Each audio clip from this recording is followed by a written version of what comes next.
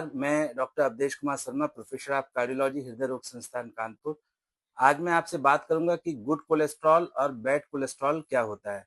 क्योंकि कोलेस्ट्रॉल का कंट्रोल होना हमारे शरीर में बहुत ज़्यादा ज़रूरी होता है कि अगर किसी का कोलेस्ट्रॉल बढ़ा हुआ है, तो उसको हार्ट अटैक की संभावना 3 से 4 गुना ज़्यादा हो जाती है।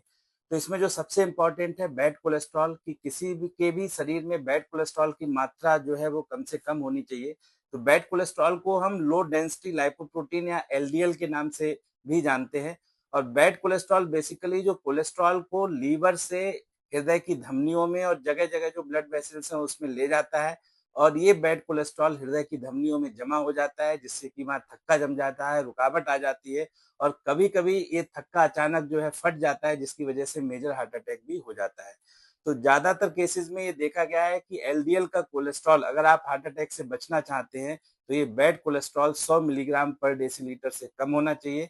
और जिन लोगों में पहले से हार्ट अटैक की दिक्कत है, हार्ट की बीमारी है, उन लोगों में ये बैड कोलेस्ट्रॉल जितना कम से कम हो, ये कहा जाता है कि 70 मिलीग्राम पर डेसीलीटर से कम हो। और आजकल की गाइडलाइंस, जो रिसेंट गाइडलाइंस आई हैं, उसमें ये कहा गया है कि जिन लोगों को पहले से हार्ट अटैक हो चुका है, उनमें ये बैड कोलेस्ट्रॉल 55 मिलीग्राम पर डेसीलीटर से भी कम होना चाहिए।